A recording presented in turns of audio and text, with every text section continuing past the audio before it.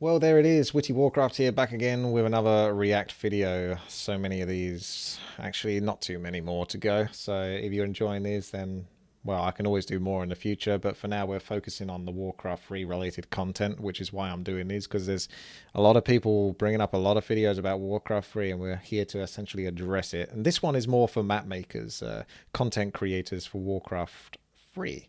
So Rekita Law is essentially going to be going over whether you can steal Warcraft 3 content or Blizzard can steal your hard work. So for the copyrighted or content, or if you make the next Dota, does that belong to Blizzard now? And yeah, so this one's more for you guys. Here we go. Can Blizzard take ownership of your labor in creating a new map or game mode? Wait. I did like, didn't I? Oh no, there we go. For Warcraft 3 Reforged under their end user license agreement? Yeah, they probably can, and no, they don't have to pay you or anything like that. All right, that's a good video. Thank you guys very much for watching. Take care, all the best. Nah, that's good. You actually came up and just said that straight away. A lot of people would like try to drag that out to like the last minute. Talk about why. So yeah, anyone that wants to try making maps now, you're going to have this in the back of your mind that Blizzard are going to take your content, and it's horrible. Like, people didn't feel that way. They were so free to create content. I've already started criticizing. It's only been 30 seconds in, but they were so free to create Warcraft 3 content. All the weird and wacky things and custom games that have been made, like, it's bonkers. And now Blizzard just put this sort of dark cloud hovering over the player when they're making the map, and they're like, I guess this doesn't belong to me. All the work I'm doing right now, I guess if something does come of this, not that anything is likely to come of it, so it's not really, realistically, it's not going to make a difference, but at the same time, it's still a horrible morality biting issue that, oh man. Unfortunately, I lost my hands in a freak lawnmower accident, so I can't play Warcraft 3 anymore. Can you play World of Warcraft anymore, though? You can't play your priest tonight, specifically, because your hands are missing. Okay.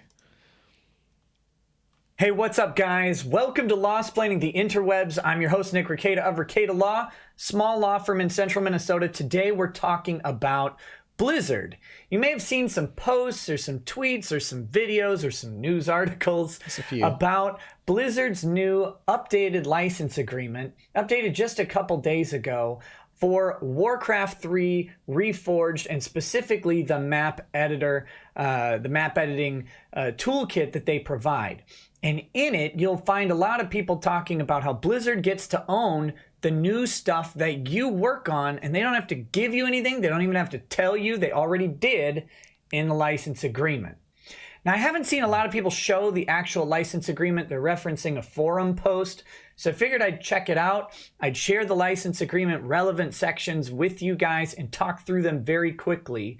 And just as a note, I was alerted to this idiotic issue via a video. And it's idiotic on the part of Blizzard, in my opinion. In my humble opinion. But I was alerted to this issue by a video from Arch Warhammer, which I'll try and link there. I don't know if it'll be there, but I'm going to try. I'll try it. Anyway, Arch covered this topic first for me. I also saw Mark Kern on Twitter talking about it, and I largely echo their sentiments. Blizzard is trying to not miss out on the next Dota. As rare of a chance it would be to recreate that sort of magic. They don't want to miss out on something like that again. So they've updated their terms of use for the toolkit to allow them to take ownership of everything on there. And just a point, is the original Dota, well, whoever's taken on the Dota project, they were still working on it, weren't they? Even before Warcraft Reforged was released. I wonder if they've announced anything that they're going to stop working on it, like those that actually still play Dota. How does this affect them? Because if the map creator sees this EULA thing and thinks, well, I'm not even going to put anything towards Blizzard now, and then stops it, then the whole community that's then playing that game suffers because of it. The wisdom of this, I think, is low. I think it's a low wisdom sort of move. It'll stifle creativity, it stifles speech and expression, and it will restrict the modding community in a game that is largely going to be successful based on the existence of those mods. I mean, yeah, flawless. That's true. Like, take into account Baron, OP Monsters Baron TD, for example. You know, who's to say OP Monster's going to continue working on Baron's TD? Like, what are we going to do? We can't continue to play it if it's no longer going to get updated anymore. Because OP Monster's like, well, Blizzard might take my Baron's TD. What are we going to do? This is, what, an 18-year-old property. And while there may be a resurgence of interest in it with a new release, those resurgences, I feel, are short-lived, at least for me. Yes. Because if I go back and play an old game because there's some new refresh or graphical overhaul, that's not what keeps me coming back to the game. Either the gameplay has to, and replayability has to be so much that I might already be playing it, or it has to be the availability of something that was otherwise hard to access. I don't think Warcraft 3 has been hard for people to access. It is now. Or it's got to be some existence of a new feature or new modding or something that brings me back in and will rope me in for hours of play. Stifling creativity, that is just a recipe to kill longevity. Now, of course, do they need longevity in a game that's going to be a short-term sort of dopamine hit, a nostalgia hit for people, where they're going to buy it, they're going to access it and play it, and then they're going to put it aside? I mean, Blizzard gets the money either way. This is too much philosophical discussion and theory crafting here. I quite like where he's going about with it, though. What's in the agreement and the law. I'm going to put these up on screen. I'm not going to read through them word for word because they're kind of long. I'll try and summarize them. So you may want to pause and take a peek at each one if you want to see the specific language. But here we go. All right, this is the first section. Let's just have a quick look. Ownership. Custom games are and shall remain the sole and exclusive property of Blizzard. Wasn't there a meme? Hippity hoppity. This custom game is now Blizzard property. Without limiting the foregoing, you hereby assign to Blizzard all of your rights, title, and interest in and to all custom games, including but not limited to any copyrights in the content of any custom games. At first, I actually thought this was a thing that Blizzard were going to do to sort of protect themselves versus people that can create sort of dodgy maps, you know, racist maps or hentai-style maps. So Blizzard were doing this in a way that people wouldn't be able to create copyrighted material, like, for example, anime-style maps, DBC and all this, and then that would get Blizzard in trouble. So Blizzard were trying to do this so that they can't get in trouble from that perspective. But I actually don't think it is. I think it is because of one of the first points that he raised and has been raised by other people, is Blizzard just want to essentially control everything, just in the one case where one map maker out of, let's say, thousands upon thousands comes across this one property that is similar to Dota or as catchy. You want to screw over the 99.9% of people so they can capture that 1.1% that actually creates the next best thing. And that's if it was to ever happen and will ever happen again, which, you know, it's a big gamble. It's kind of crazy.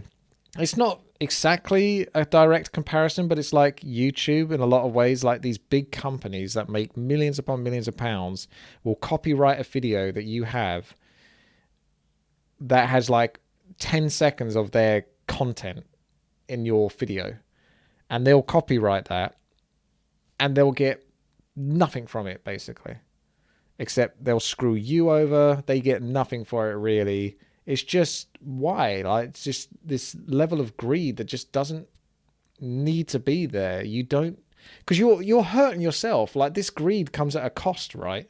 People, the more you do this, the less of a reputation you then maintain. It goes down the shitter, essentially. So it just seems wrong to me to sort of take a gamble when you've got a reputation. Like, it's just like, sod it, let's just bring this reputation down to nothing and just purely go for money. It's about ownership, and it basically says that any custom games that you make are the property of Blizzard and will remain the property of Blizzard. You don't get anything about it. There's no royalties, there's no payment, there's no compensation, there's no promise of employment, there's nothing. You're going to give this to Blizzard. You also give any future assignments and or documents or anything like that. Anything that you would get as a result of this game also goes to Blizzard as part of this agreement. And the remedy for this, of course, is they can just sue you if you don't do it and force you to turn over. So let's say you create some cool map or game mode, and then someone tries to monetize it like through a separate company. In case you guys are thinking about scheming through this, where you make a big mod, it gets really popular based on, and it's got like a name for it or whatever, and then some other company comes in and tries to monetize like shirts based off of that mod. And they want to cut you in on an agreement, right? Like, you created it. Did auto chess come from Warcraft 3 though? I know there was an auto chess in Warcraft 3, but I can't remember if it was like created after the fact or not. Not exactly. What do you think? Yes, to some degree. Pokemon Tower Defense is the closest, wasn't it? And that definitely came out quite a long time ago. It was in Dota 2. That's true, actually. Dota 2.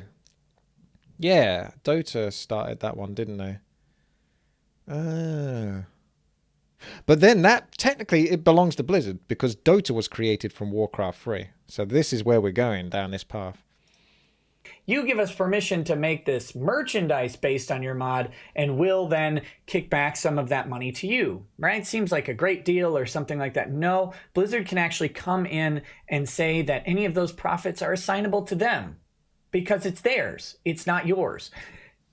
It's just your labor that they took, and they can do this. This contract is valid. It's your agreement. It's your agreement to use their toolkit, to use their intellectual property, to use their game engine, to use all of that stuff. The condition of you using that and participating in this sort of environment is you turning over the rights to everything you own. That's considered a fair trade under the law because it's a trade you're entering into willingly, and there are other options. If you want to develop a game, this isn't the only place that you can do it, right? I mean, heck, you can use the old Warcraft 3 toolkit. Now, you might not be able to access as good of resources and rendering and all of that stuff, but it's still there. And there are numerous other toolkits out there, so there isn't any sort of dire need for you to use this one in the eyes of courts, right? You won't be able to successfully argue that you're being strong-armed into this agreement. No one's forcing you into it. You don't need to do it. There's no industry requirement for you to use it. It's just there.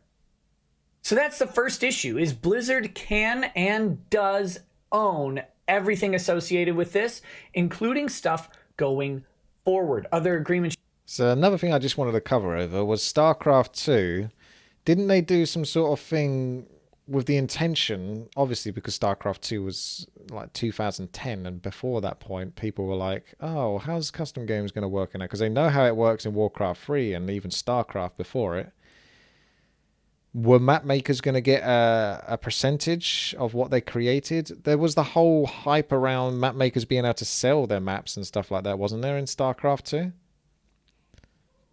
But I don't know whether that ever really came to fruition or not, and it certainly hasn't happened with Warcraft 3. I think people might have been expecting a similar deal with Warcraft Reforged, that Blizzard might allow them to sell their maps or something. They can sell them. Oh, you can. So you can't actually even do that in Reforged now. There's not even that option. Ooh. Right, okay.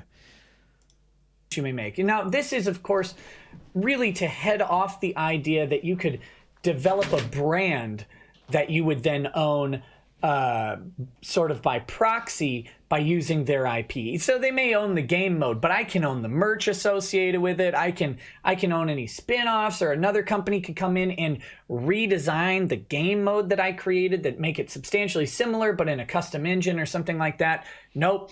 You make it on Blizzard's site. It's theirs, and you will have to overcome any of their copyright, trademark, intellectual property issues that you would have to deal with if you were, just taking Blizzard's property, because what they're claiming is you are. And yes, they can do that. It sucks. But you have the choice to just not participate.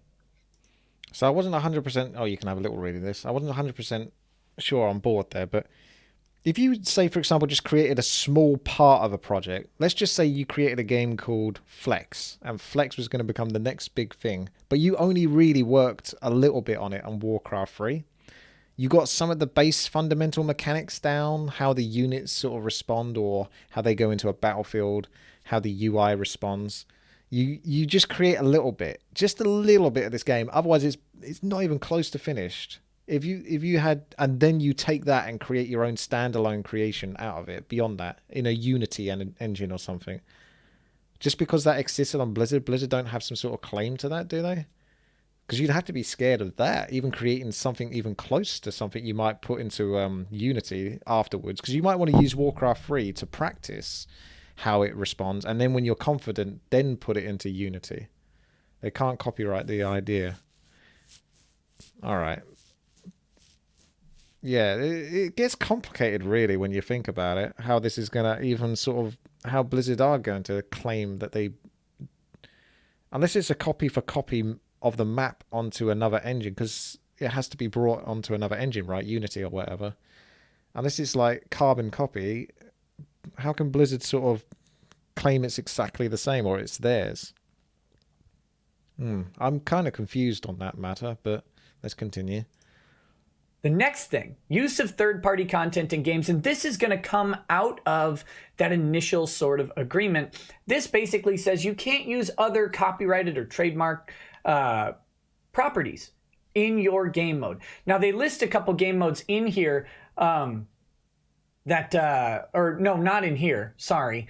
They listed a couple of game modes in the forum post that were specifically banned. One about Dragon Ball Z, a Mario one, and something else, where basically someone incorporated other assets to bring in intellectual property of other areas or other companies and put them in this engine to make a fun environment for the players, right? Can't do that.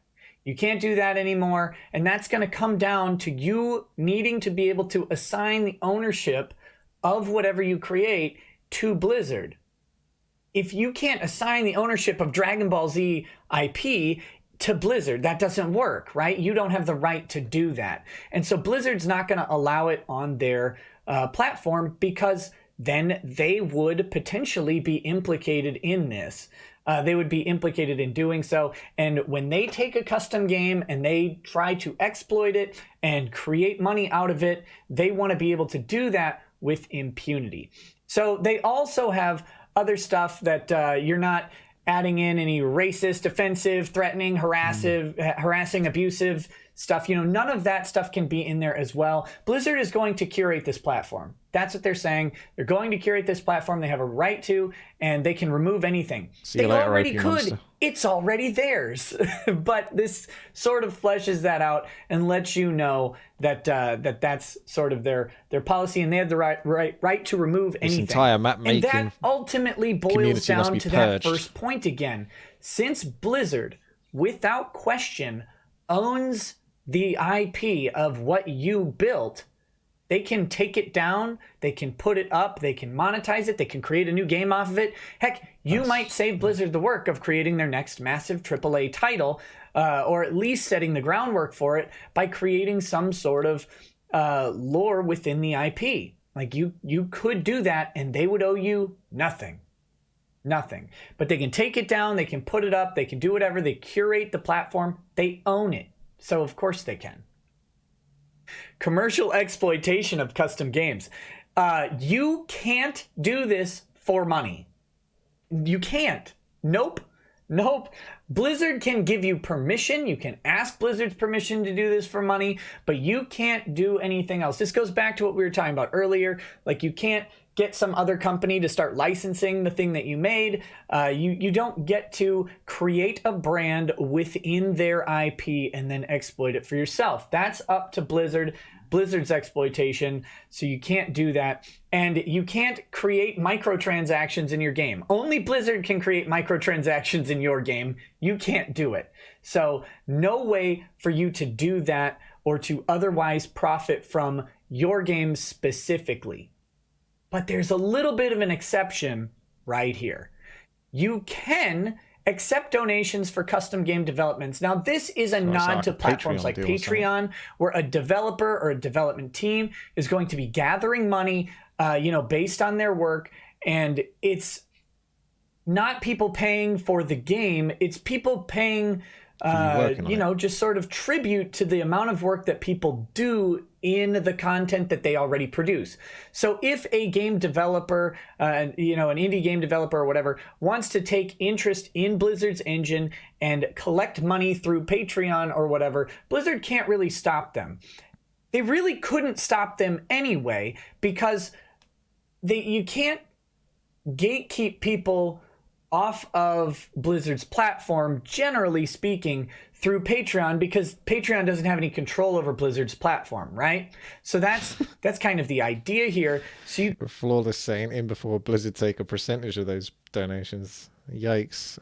Let's not go down that road. But I was kind of curious actually how, like, could I still do a video on canned bread? Can I still play canned bread? I assume I can still play it on Reforged. I don't think it's banned unless they've managed to get down to that level of curation where they can identify particular copies of said map and then allow them to not be played on or disallow them to be played on the platform.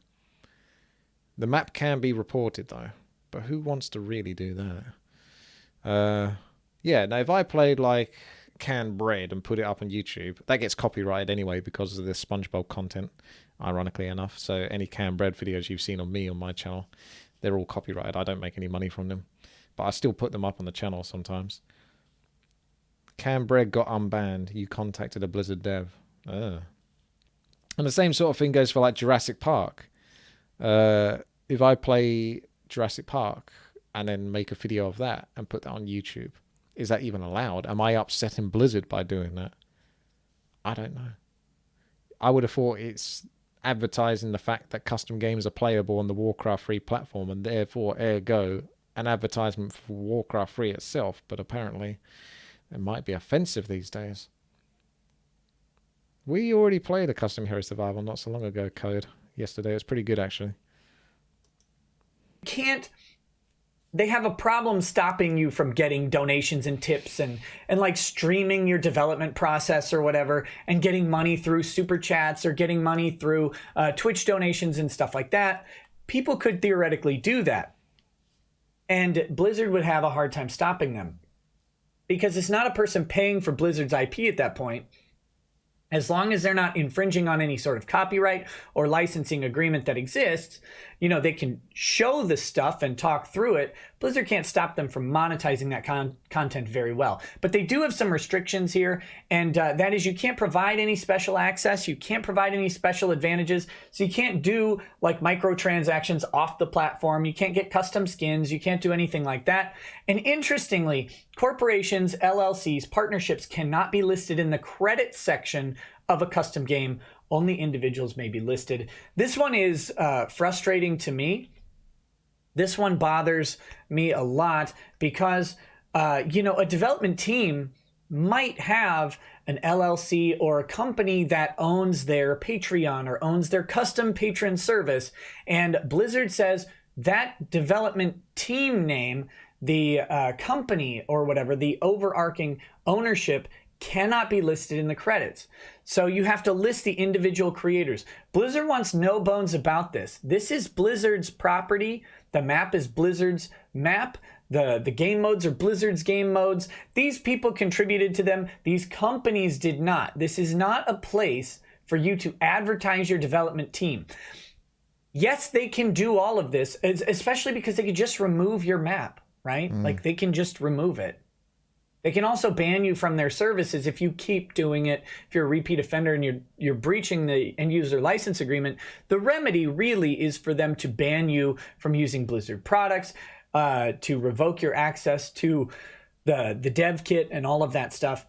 That's within their rights under this agreement. They can do that.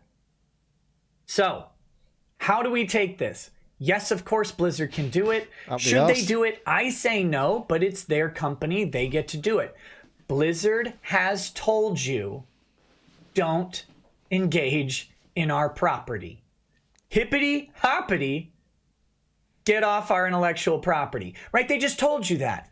They told you that. They said, don't bring your companies here. Don't bring your developments. Don't bring your audience to Blizzard. They asked you not to. Very politely, don't do it.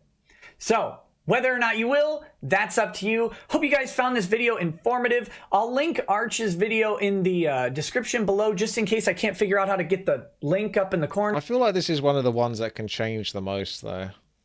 I feel like this is one of the ones that Blizzard can essentially alter to be a bit more, I don't know, forgiving to map creators and people that actually have given a lot of time to creating content for Warcraft 3 and for people to play on Warcraft 3. So I don't know if this one is completely set in stone, like 6 months from now, whether this is still going to be the case. Quite likely, but I feel like this is one that could change. All right, well, I'm going to finish off this part of the scumbaggery. So if you enjoyed this, thumbs up. Obviously, go visit the link in the video description below for this video if you want to see it. And give a thumbs up there as well. Thank you guys very much for watching. And until the next one.